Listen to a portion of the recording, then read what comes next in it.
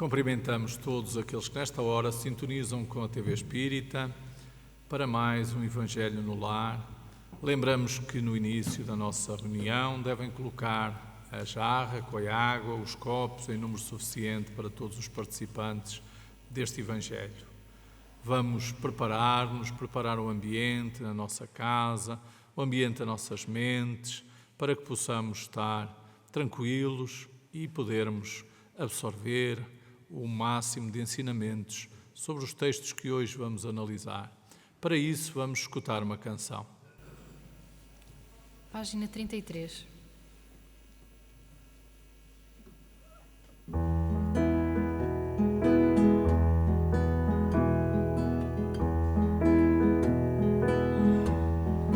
vinda de Jesus ao Evangelho no lar.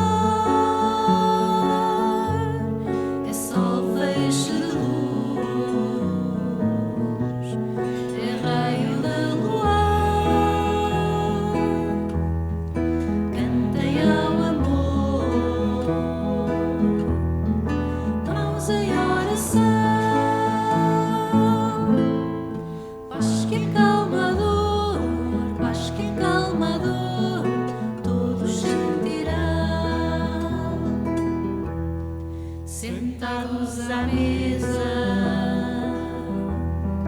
deste nosso lar, como chama acesa, vamos irradiar pensamento em Deus que conosco está. Se tivermos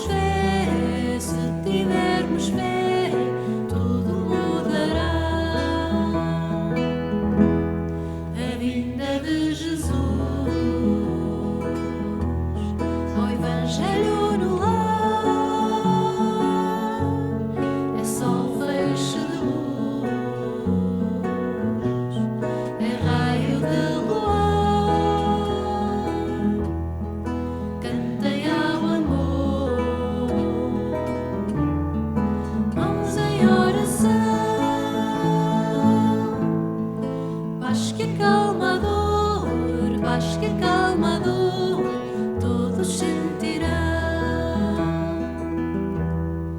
Lê com atenção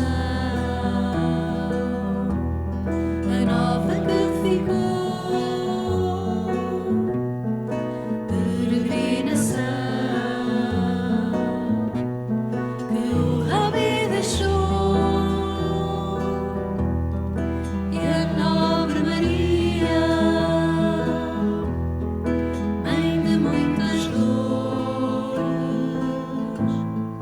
ser-te aluzeiro, ser-te aluzeiro, vais para onde fores. A vinda de Jesus ao Evangelho no lar é só feixe de luz, é raio de luar. Cantem ao amor, mãos em oração.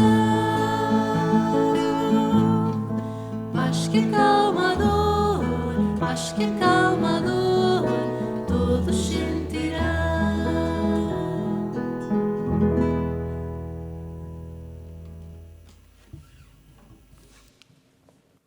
Senhor Jesus, Mestre amado, agradecemos mais uma vez por esta oportunidade de estarmos reunidos em Teu nome para aprender um pouco mais de Seus ensinamentos e nos fortalecer para que no nosso dia a dia possamos partilhar um pouco do que aprendemos. Reunidos aqui, te pedimos que este ensinamento do dia de hoje nos engrandeça, nos renove e que nos desafie cada vez mais a nos instruir, trazendo um pouco mais do seu aprendizado e que nossas escolhas sejam sempre das melhores para estar a ajudar ao próximo. Obrigado mais uma vez por essa oportunidade, Senhor.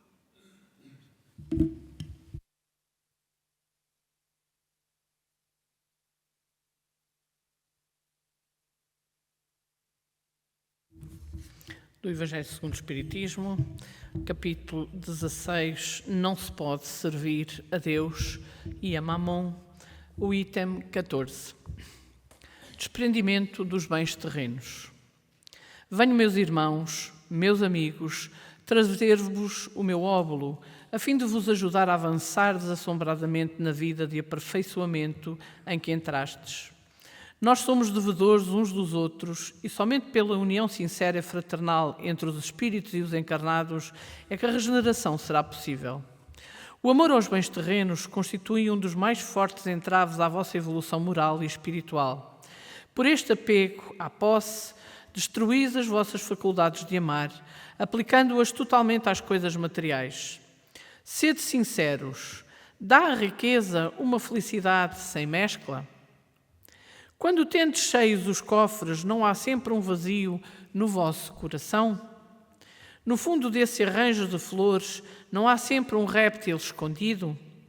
Compreendo que um homem que, pelo trabalho assíduo e honrado, ganhou fortuna, sinta uma satisfação, aliás, muito justa, mas desta satisfação muito natural e que Deus aprova, a um apego que absorve todos os outros sentimentos e paralisa os impulsos do coração, vai grande distância, tão grande quanto da avareza da sórdida à prodigalidade exagerada, dois vícios entre os quais Deus colocou a caridade, santa e salutar virtude, que ensina o rico a dar sem ostentação, para que o pobre receba sem se rebaixar.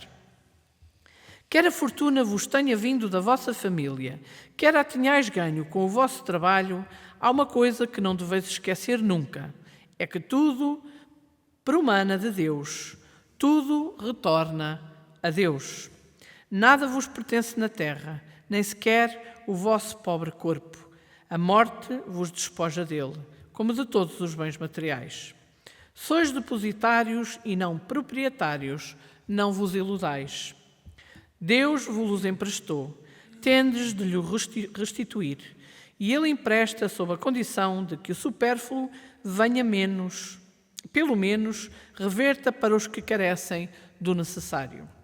Um dos vossos amigos empresta-vos certa quantia, por pouco honesto que sejais, fazeis questão de lhe restituir escrupulosamente, e ficai-lhes agradecido. Pois bem, essa é a posição de todo o homem rico. Deus é o amigo celestial que lhe emprestou a riqueza. Ele não quer para si senão o amor e o reconhecimento, mas exige que a seu turno o rico dê aos pobres, que são seus filhos, da mesma forma que ele. O bem que Deus vos confiou desperta nos vossos corações um ardente e tola cobiça. Já pensastes, quando vos deixais apegar sem moderação, a riqueza perecível e passageira como vós mesmos, que um dia tereis de prestar contas ao Senhor daquilo que vem dele?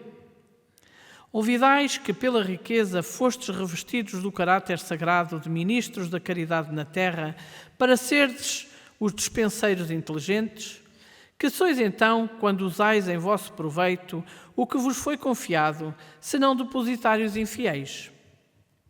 Que resulta desse esquecimento voluntário dos vossos deveres?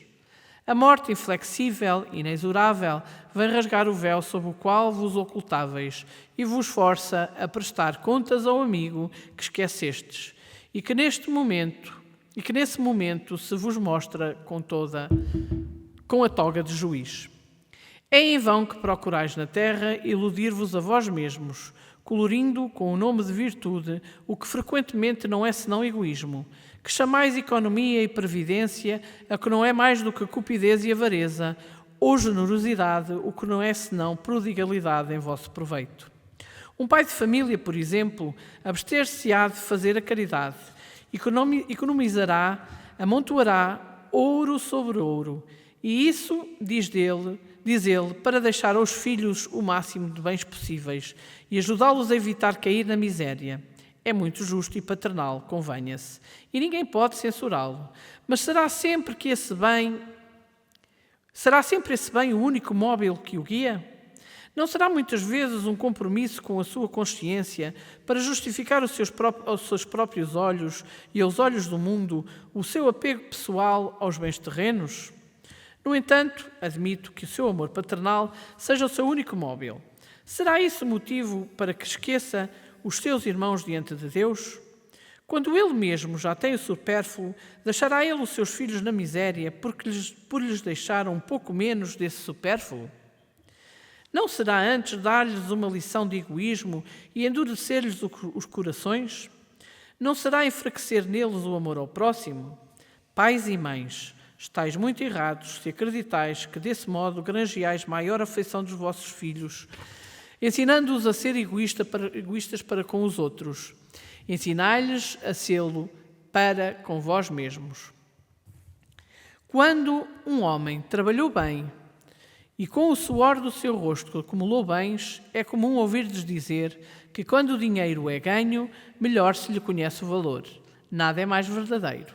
Pois bem, que este homem que confessa conhecer todo o valor do dinheiro, pratica caridade dentro das suas possibilidades, pois terá maior mérito do que aquele que, nascido na abundância, ignora as rudes fadigas do trabalho. Mas se, pelo contrário, esse mesmo homem que se recorda das suas penas, dos seus trabalhos, for egoísta, duro para com os pobres, ele é bem mais culpado do que os outros, porque quanto mais se conhecem as dores ocultas da miséria, tanto mais se deve ser portador do auxílio para os outros.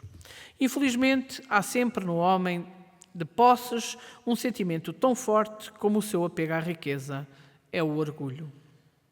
Não é raro ver-se o novo rico enganar o infeliz que implora a sua assistência, comentando os seus trabalhos, as suas habilidades, em vez de o socorrer e acabando por lhe dizer: faz o que eu fiz. Segundo ele, a bondade de Deus não interferiu na sua fortuna, nele reside todo o mérito. O seu orgulho põe-lhe uma venda sobre os olhos, fecha-lhe os ouvidos. Ele não entende que, mesmo com toda a sua inteligência e a sua aptidão, Deus pode lançar tudo por terra. Esbanjar a riqueza não é demonstrar desprendimento pelos bens terrenos, é descaso e indiferença. O homem, depositário desses bens, não tem o direito de os dilapidar, como não tem o de os confiscar em seu proveito. A prodigalidade não é generosidade, é muitas vezes uma forma de egoísmo. Aquele que despende ouro e mãos cheias para satisfazer a uma fantasia não dará um centavo para prestar um serviço. O desprendimento dos bens terrenos consiste em dar à riqueza o seu justo valor, em saber servir-se dela em benefício dos outros e não apenas em benefício próprio, em não sacrificar por eles os interesses da vida futura, em os perder sem murmurar, caso apraza a Deus retirá-los. Se por reveses imprevistos vos tornardes noutro Job, como ele dizei, Senhor, tu mos havias dado e me tirastes, faça-se a tua vontade. Eis aí o verdadeiro desprendimento. Sede antes de tudo submissos. Tende fé naquele que, tendo-vos dado e tirado, pode novamente restituir-vos. Resisti com coragem ao abatimento, ao desespero que paralisa a vossa força. Não esqueçais nunca, quando Deus vos desferir um golpe, que ao lado da maior prova coloca sempre uma consolação. Ponderai sobretudo que há bens infinitamente mais preciosos do que os da terra, e esse pensamento vos ajudará a desprender-vos destes últimos. O pouco apreço que se tenha a uma coisa faz com que menos sensível seja a sua perda. O homem que se apega aos bens terrenos é como criança, que vê somente o momento que passa. Aquele que dele se desprende é como adulto, que vê as coisas mais importantes, porque ele compreende estas proféticas palavras do Salvador. O meu reino não é deste mundo. O Senhor não determina que nos despojemos do que possuímos para nos reduzirmos à mendicidade voluntária, porque então quem o fizesse tornar-se-ia uma carga para a sociedade. Agir assim seria compreender mal o desprendimento dos bens terrenos. Seria egoísmo de outro género, porque seria o eximir-se da responsabilidade que a riqueza faz pesar sobre aquele que a possui. Deus a concede a quem bem entende para gerir em benefício de todos. O rico tem então uma missão que ele pode tornar bela e proveitosa para si. Rejeitar a riqueza quando Deus vos-la dá é renunciar ao benefício do bem que se pode fazer, gerindo-a com sabedoria. Saber passar sem ela quando não a temos, saber empregá-la com utilidade quando a possuímos, saber sacrificá-la quando necessário, é agir de acordo com os desígnios do Senhor. Que diga, portanto, aquele que recebe aquilo que o mundo designa como uma boa fortuna: meu Deus, tu me destinaste um novo encargo, dai-me força para o utilizar segundo a vossa santa vontade. Aí tendes, meus amigos, o que eu vos queria ensinar acerca do desprendimento dos bens terrenos. Eu resumirei dizendo: sabei contentar-vos com pouco. Se sois pobres, não invejeis os ricos, porquanto a riqueza não é necessária à felicidade. Se sois ricos, não esqueçais que esses bens vos estão confiados e que devereis justificar o seu emprego como numa conta de tutela. Não sejais depositários infiéis, fazendo-os servir para a satisfação do vosso orgulho e da vossa sensualidade. Não vos acrediteis no direito de dispor em vosso exclusivo proveito daquilo que não é mais do que um empréstimo e não um dom. Se não sabeis restituir, não tendes o direito de pedir, e lembrai-vos que aquele que dá aos pobres salda a dívida que contraiu perante Deus. Lacordaire, Constantina, 1863.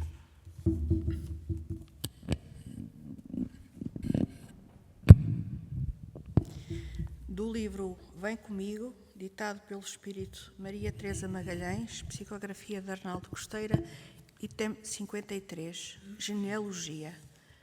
Ouves falar pessoas orgulhosas na sua árvore genealógica, socialmente finas, e se consideram com orgulho e até vaidade.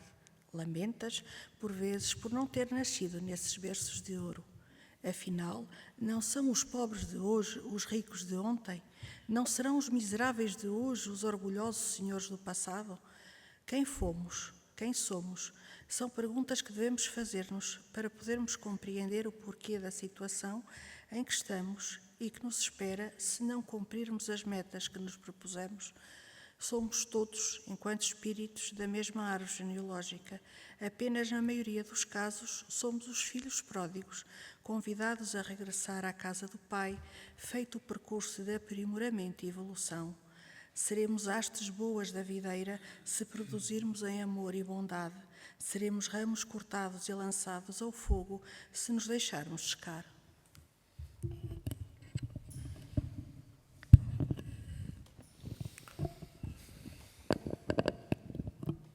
Haverá missão mais difícil que a do rico? Talvez lhe esteja destinado mostrar-nos a todos nós a grandeza da sua missão, o que nem sempre acontece. Infelizmente, essa linhagem passada de pais para filhos, muitas das vezes fruto da educação que se recebe, porque vivemos num mundo de competição, amealha-se para além do necessário. Transgridem-se as regras, muitas das vezes sem necessidade. Contudo, também existem os ricos que fazem as suas boas obras. Contudo, muitos que sabemos, quando partem para a pátria espiritual, sempre se arrependem do pouco que fizeram e do muito mais que podiam ter feito. Temos exemplos disso. Portanto, essa é uma missão difícil, porque se vão achar sempre devedores, porque poderiam ter feito muito mais. Difícil missão lhes cabe. Não adianta amealharmos riquezas e fortunas de algo que nos está apenas emprestado, como dizia ali na passagem, na mensagem do nosso irmão. Quantos ricos não dariam muito da sua fortuna ou toda mesmo para verem um filho que nasceu com uma deficiência? e que gostariam e que dariam tudo para que isso não fosse assim.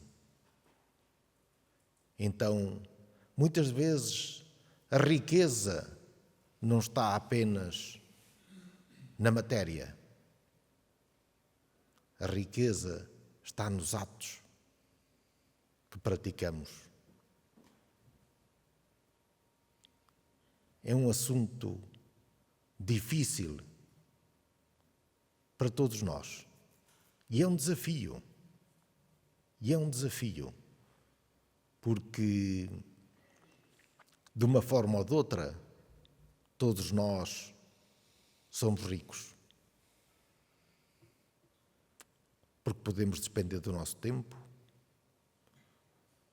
porque podemos despender a nossa moralidade em prol do outro, porque podemos demonstrar a nossa grandeza neste ou naquele ato, e todos seremos chamados a contas de porquê não o fizemos. Então, este é um tema que merece a nossa maior reflexão. Porque a riqueza não se prende apenas com os bens materiais. Aquele que é rico de bens espirituais também tem a sua obrigação de semear, de partilhar. É claro que aqui o texto referia-se essencialmente à parte material.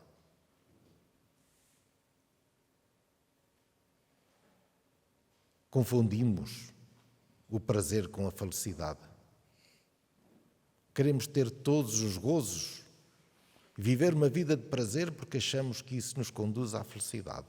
Nada mais errado. Muitos, como dizia na passagem, que vivem de prazer em prazer, provavelmente, quando confrontados com a sua consciência, têm vidas vazias.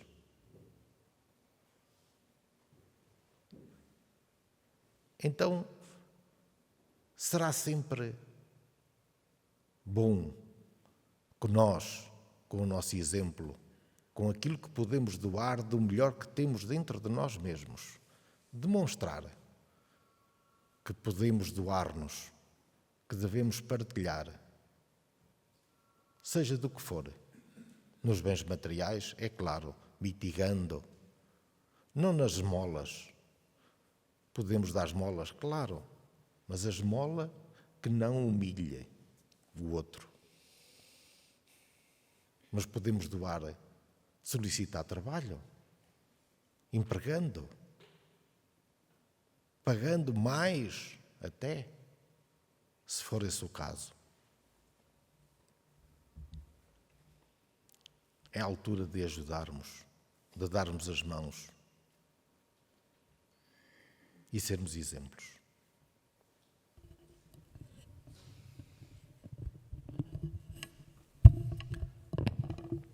Ora, os textos de hoje procuram ensinar-nos a necessidade que todos temos de nos desprender dos bens terrenos.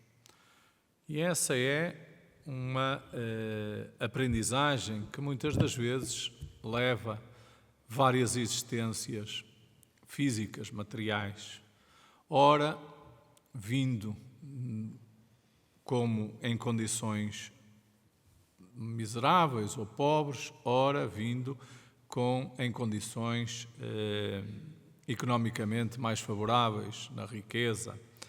Porque o desprendimento dos bens materiais não é só uma necessidade para aqueles que são ricos. Porque nós vimos nesta leitura que muitas das vezes aqueles que não têm esses bens materiais os invejam e procuram de toda a forma ter e possuir aquilo que os outros possuem. Então, o desprendimento dos bens materiais está na aprendizagem que todos temos que fazer de viver com aquilo que é o suficiente. E utilizar o supérfluo para o bem comum. É essa a grande lição e a grande aprendizagem que todos nós temos que fazer. Porque se hoje fomos, de alguma forma, beneficiados com este empréstimo que Deus nos colocou de ter uma vida sem necessidade ou sem problemas económicos, e se nós não empregamos devidamente esses bens, amanhã vamos ter naturalmente a consequência que é lógica e natural dessa má utilização dos bens que nos foram confiados. E por isso vamos passar, se calhar, por momentos mais difíceis em que gostaríamos de ter o necessário e vamos andar sempre aflitos, sempre a fazer contas à vida. Então, aquilo que nos é proporcionado em cada existência física, em cada reencarnação, é aquilo que é necessário para o nosso espírito. Sempre neste propósito de aprendermos a viver com aquilo que é o essencial e não em procurar ter e possuir e aumentar egoisticamente ou orgulhosamente esses bens. Todos nós somos, de alguma forma, chamados na nossa consciência a examinarmos aquilo que fizemos com os bens que nos foram concedidos, com este empréstimo que nós escutamos nas leituras de hoje, que Deus nos dá. Para que é que Ele nos colocou nas mãos esses bens, essa riqueza? Ou qual é o propósito que nós temos na nossa vida relativamente a estas questões materiais? Se vivemos unicamente a pensar em obter, em cada vez ter mais, ou se nós utilizamos e procuramos pôr a render esses mesmos bens, mas com um propósito de solidariedade e fraternidade. Eu, particularmente, tenho uma admiração pela obra do Victor Hugo, Os Miseráveis. E esse livro, essa obra, que também passou para o cinema e para os musicais, faz-nos refletir muito sobre aquilo que é a condição humana e sobre aquilo que são as oportunidades que se nos aparecem na nossa vida e a forma como nós as utilizamos. Quem conhece a obra sabe que alguém foi preso por roubar um pão e condenado a muitos anos de trabalhos forçados. E, cumprindo essa pena, foi posto em liberdade condicional, isto é, se voltasse a cometer algum delito, alguma infração à lei, seria novamente preso.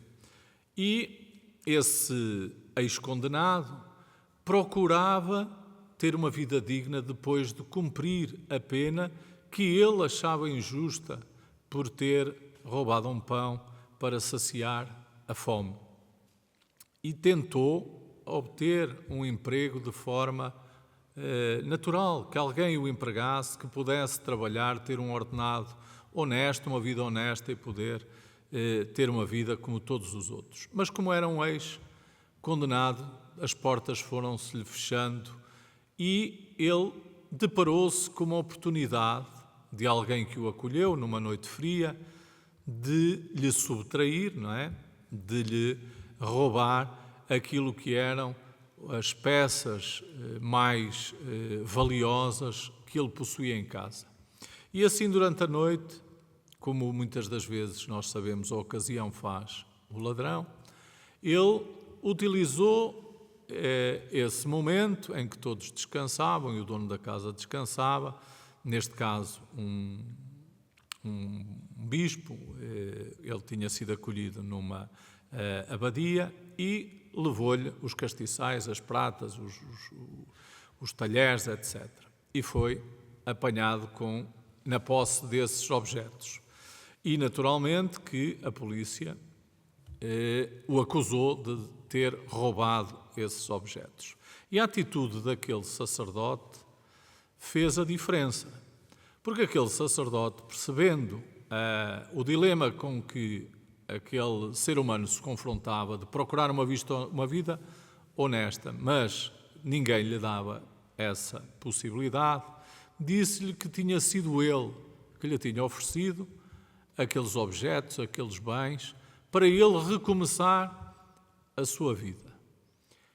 E naquele instante em que a atitude, que se calhar mais natural que todos pensariam que era de acusá-lo de furto e de ser novamente preso, a inconsciência ele é confrontado com esta situação.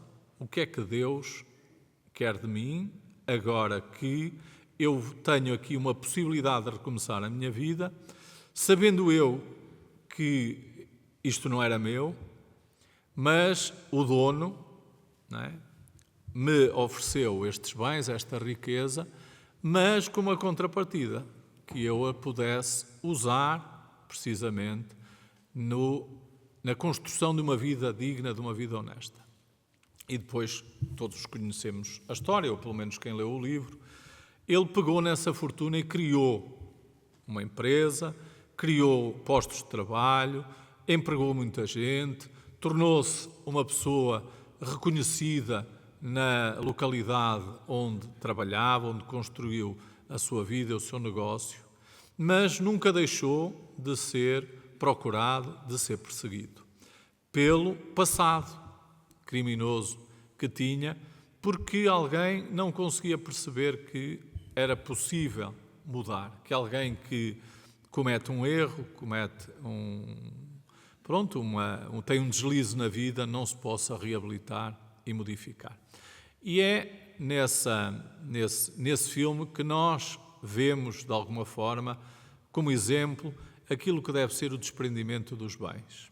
Porque muitos há que, passando a situações difíceis, de fome, de falta de condições para viver dignamente, mal se apanham em alguma condição financeira e esquecem-se do que passaram, esquecem-se dos outros que passam ainda por essas necessidades e só pensam no seu bem-estar, na sua melhoria, na ambição desmedida. E este ex-condenado, que passou por essas dificuldades e que teve aquela oportunidade, o tal empréstimo que Deus nos consegue muitas das vezes por vias extraordinárias, soube utilizar esses bens, essa riqueza, em benefício de uma comunidade, de todos aqueles que ali viviam. E como nós depois sabemos, não é? Alguém da sua empresa foi despedido, acabou por morrer vítima dessa falta de salário e que lhe pudesse manter a sua vida de uma forma mais ou menos digna, deixou uma filha órfã e ele vai tomar conta dessa filha e criá-la. Então, as nossas atitudes perante aquilo que são as concessões de Deus, os bens que possuímos ou que não possuímos, vão fazer ou não de nós vão dar mostras do nosso desprendimento ou não que temos dos bens. E, portanto, que nós saibamos administrar muito bem esses bens e que os possamos colocar ao serviço daqueles que têm menos e aqueles que têm menos que possam, de alguma forma, aceitar e viver sem essa inveja ou essa ambição de querer enriquecer a todo o custo e que possamos aprender a viver com aquilo que é estritamente necessário.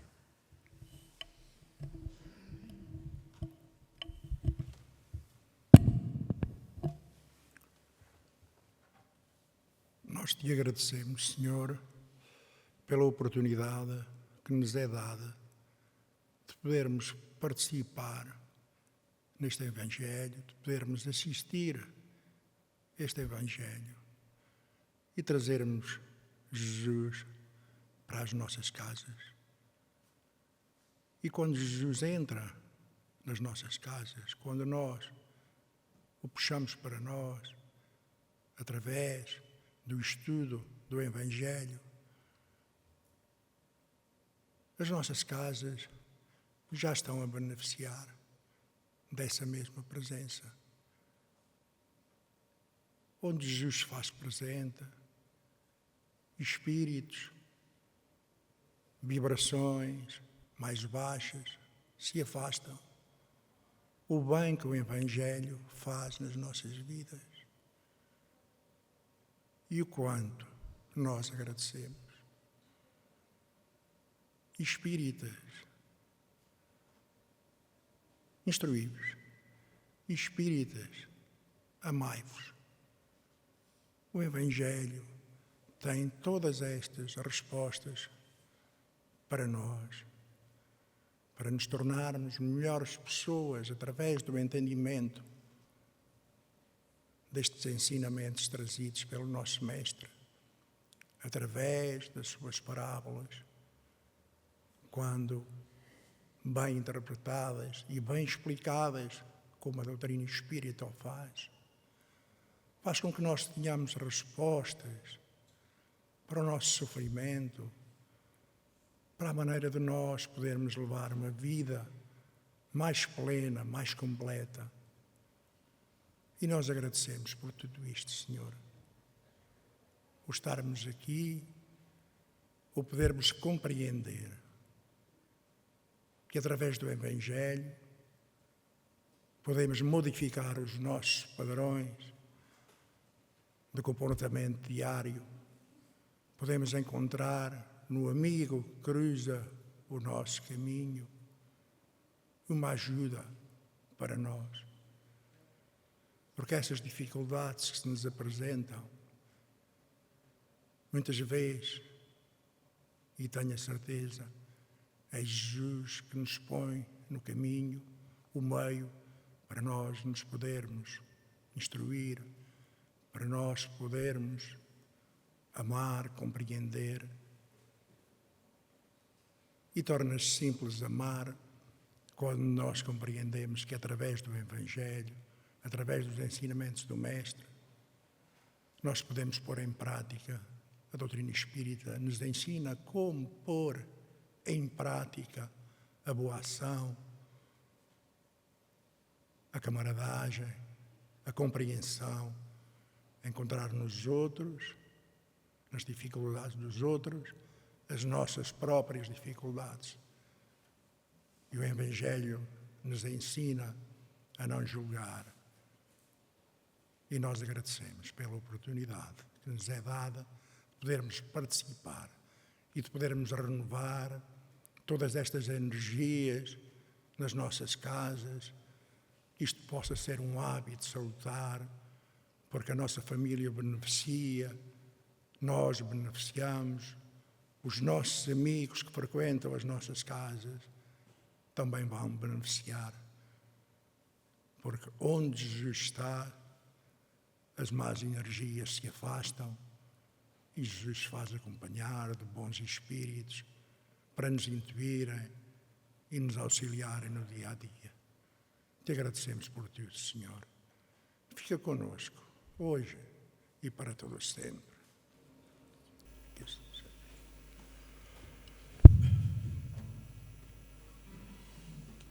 Página 45.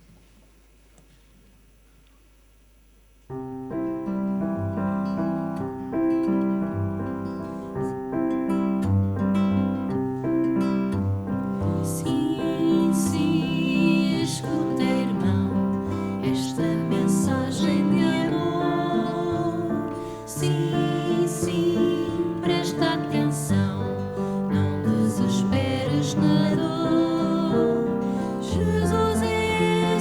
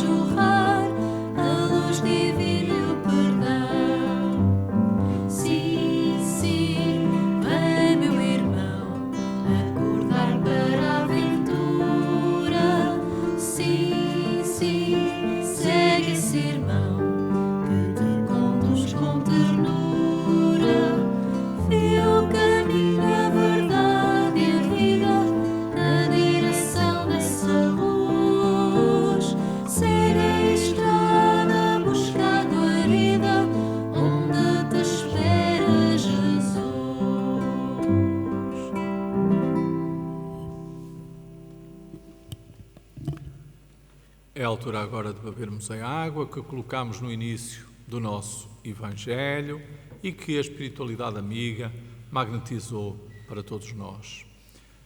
Aproveitemos estes momentos de harmonia, de paz em família, para continuarmos convivendo.